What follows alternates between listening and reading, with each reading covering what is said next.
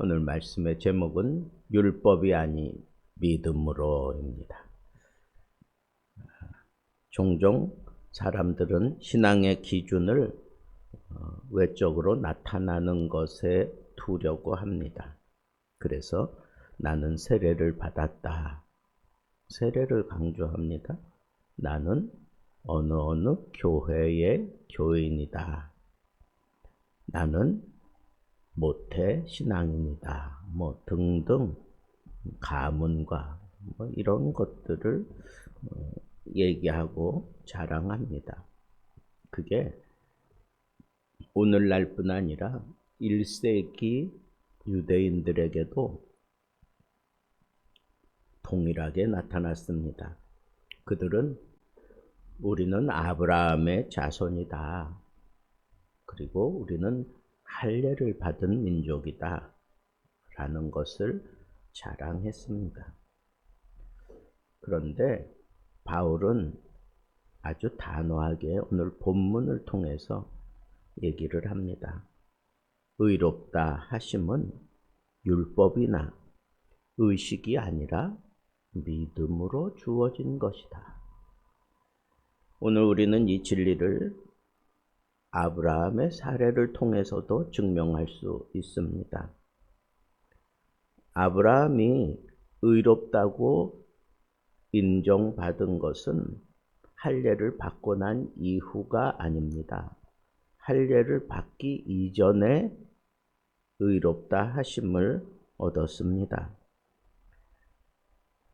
아브라함이 의롭다 하심을 받았다라고 하는 것은 이 할례를 받기 14년 전에 이루어진 일이었던 겁니다. 따라서 아브라함의 의는 율법이나 어떤 의식 때문이 아니라 믿음으로, 저가 하나님을 믿었기 때문에 의롭다 여기심을 받게 되었다고 성경은 분명하게 얘기를 했습니다. 그것은 할례 이전에 받았다는 것을 얘기합니다. 이것은 무엇을 얘기합니까? 할례자는 물론이지만 무할례자도 믿음으로 아브라함의 자손이 될 수 있다고 그렇게 얘기하는 겁니다. 아브라함은 믿는 모든 사람들의 조상이 되는 것, 믿음의 조상 이런 표현을 하는 것은 바로 여기에 근거를 두고 있는 것입니다. 오늘날에는 교회 안에서도 외적인 표지가 지나치게 강조되는 경우가 있습니다. 나는 세례를 받았으니 구원받은 거다. 나는 집사고, 나는 장로고, 나는 목사고, 나는 권사고, 나는 선교사고, 등등의 그런 외적인 표지를 얘기하면서 나는 구원받은 사람이다. 그것으로 증명하려고 드는 사람들이 종종 있습니다.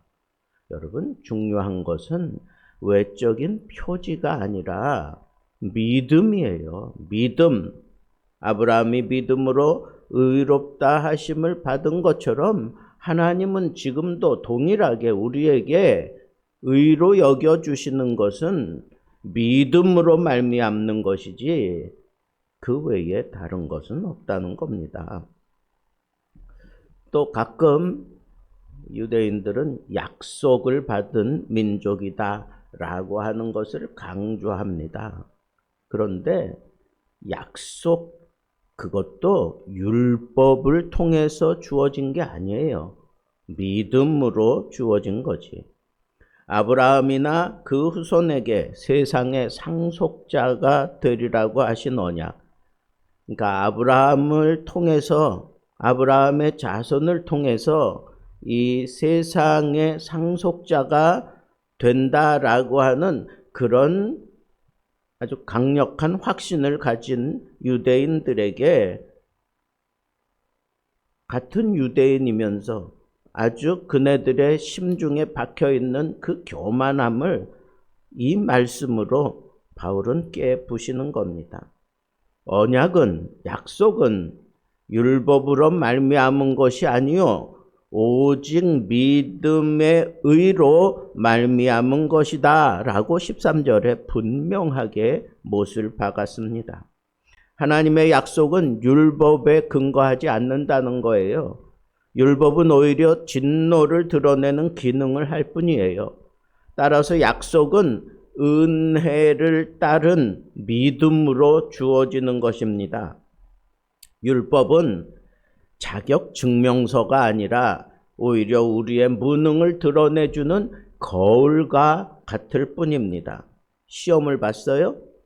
그런데 성적표를 받아보니까 낙제한 사실이 드러나는 것과 같은 그런 역할을 하는 게 바로 율법입니다. 율법은 우리를 구원하는 힘이 아니에요. 우리의 죄를 폭로하는 기능을 할 뿐입니다. 현대 교회에도 이와 비슷한 오해가 있습니다. 교회 규칙을 잘 지켜야 복받는다. 금지 사양 안 지키면 하나님이 버리신다. 물론 규율과 질서는 교회를 유지하기 위해서 필요한 것입니다. 그러나 그것이 구원의 근거는 절대 아닙니다. 구원의 길은 오직 하나, 믿음으로 얻는 은혜뿐이라고 하는 것을 우리는 분명하게 붙잡아야 하겠습니다. 자, 그렇다면 믿음으로 말미암는 은혜, 이것은 도대체 무엇입니까? 16절에 보니까 그러므로 후사가 되는 이것이 은혜에 속하기 위하여 믿음으로 되나니라고 그렇게 얘기를 했습니다. 그러면 믿음으로 약속받는 것은 모든 사람에게 열려 있게 하기 위함이다 라고 얘기할 수 있습니다. 유대인뿐 아니라 이방인, 할례자뿐 아니라 무할례자도 모두가 믿음으로 이 하나님의 약속에 참여하게 된다는 것입니다. 그래서 아브라함이 열국의 아버지가 되게 되는 것이다 하는 것입니다. 그리고 더 중요한 것은 죽은 자를 살리시며 없는 것을 있는 것 같이 부르시는 하나님, 이것을 강조하고 있습니다. 이것이 바로 믿음의 대상이라는 거예요. 우리가 하나님을 믿되 어떻게 믿습니까? 율법을 따라 우리에게 이것을 하고 이것을 하고 이것을 할 때 내가 너희에게 구원을 주고 내가 너희와 함께하고 너희에게 복을 주겠다라고 얘기하시는 하나님이 아니라 불가능을 가능케 하시는 하나님, 그 하나님을 우리가 믿는다는 거예요. 아이를 낳을 수 없었던 아브라함이 믿음으로 후손을 얻었고, 죽은 자를 아무것도 할 수 없는 그 죽어있는 상태의 예수 그리스도를 부활시키신 하나님, 절망적인 상황 속에서도 하나님은 얼마든지 길을 열어주시고 그렇게 하나님의 백성들을 인도해 주셨던 하나님, 그 하나님을 우리는 믿는다라고 하는 거예요. 오늘 우리 신앙에 주는 교훈은 어떤 겁니까? 신앙의 기준은 외적인 표준이 아니다 하는 겁니다. 외적인 표지가 아니에요. 세례, 직분, 교회의 연조 이런 것이 그렇게 중요한 게 아닙니다. 오늘 내가 하나님을 전적으로 신뢰하는가, 이게 중요하다는 말입니다. 그것을 따라 사람을 우리가 판단할 줄 알아야 합니다. 두 번째는 율법적인 신앙을 버리고 은혜 신앙을 붙들고 살아야 합니다. 종종 내가 잘하면 복 받고 못하면 벌 받는다 하는 그런 식으로 계산하고 신앙생활을 하는 상당히 율법주의적인 그런 생활을 우리는 강요받기도 합니다. 그러나 성경은 분명히 말합니다. 은혜는 우리의 행위가 아니라 믿음을 통해 주어진다라고 하는 것을 분명히 말하기 때문에 교회에서는 더더욱 이런 율법주의적인 생각이 아니라 율법의 완성인 믿음을 통해서 우리는 생활하고 그리고 판단하며 살아야 할 것이다. 그런 얘기입니다. 믿음은 불가능을 가능케 하시는 하나님께 시선을 두고 사는 것을 말하는 겁니다. 아브라함이 무자하던 몸을 보고 절망하지 않았듯이 우리도 가정과 삶의 현실을 넘어서 하나님의 약속을 붙들어야 한다는 말입니다. 경제적 어려움 속에서도 하나님이 공급하신다 하는 믿음을 가지고 살아야 합니다. 관계가 깨어졌어도 하나님이 회복시키신다 하는 그 믿음을 가지고 살아야 합니다. 미래가 불안해도 하나님이 인도하신다 하는 이 믿음을 가지고 살아야 합니다. 이 믿음이 교회를 움직이는 강력한 힘으로 작용하게 될 때 그 교회에는 하나님의 인도하심이 떠날 겨를이 없습니다. 하나님의 능력이 거두어지지 않습니다. 하나님의 사랑으로 그냥 교회가 쩔쩔 끓게 되는 모습을 우리는 보고야 말 것입니다. 여러분, 우리는 율법이 아닌 어떤 외적인 그런 행위와 표지가 아닌 오직 믿음으로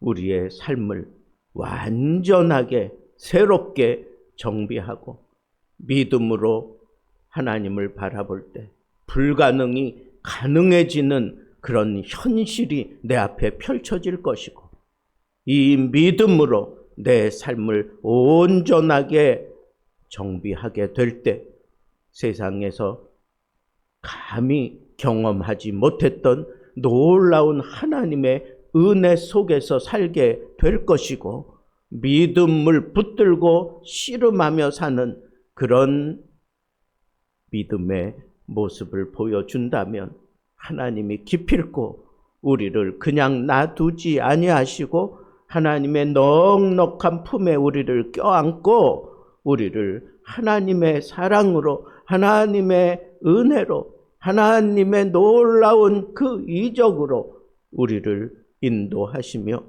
마침내 하나님의 집 천국에 이르게 만들어 주실 것을 우리는 놓치지 말아야 하겠습니다. 사랑하는 성도 여러분, 할례 이전에 믿음으로 의롭다 하심을 받았던 아브라함을 기억합시다. 하나님의 약속은 율법이 아니라 믿음으로 주어졌습니다. 하나님은 죽은 자를 살리시며 없는 것을 있는 것 같이 부르시는 분이 분명합니다. 오늘 우리의 자랑은 율법이 아니고 은혜여야 하고 우리의 소망은 행위가 아니라 믿음이어야 합니다. 율법이 아닌 믿음으로 서서 온전히 믿음을 따라 살며 믿음을 이루어가는 신실한 하나님의 약속을 가진 자로서 하나님이 이 세상을 심판하실 때 우리도 그 자리에 서서 이 세상을 심판하게 하시는 그 영광스러운 자리에 거뜬히 올라설 수 있는 진실한 믿음의 사람, 하나님의 사람 되기를 우리 주님의 이름으로 축복합니다.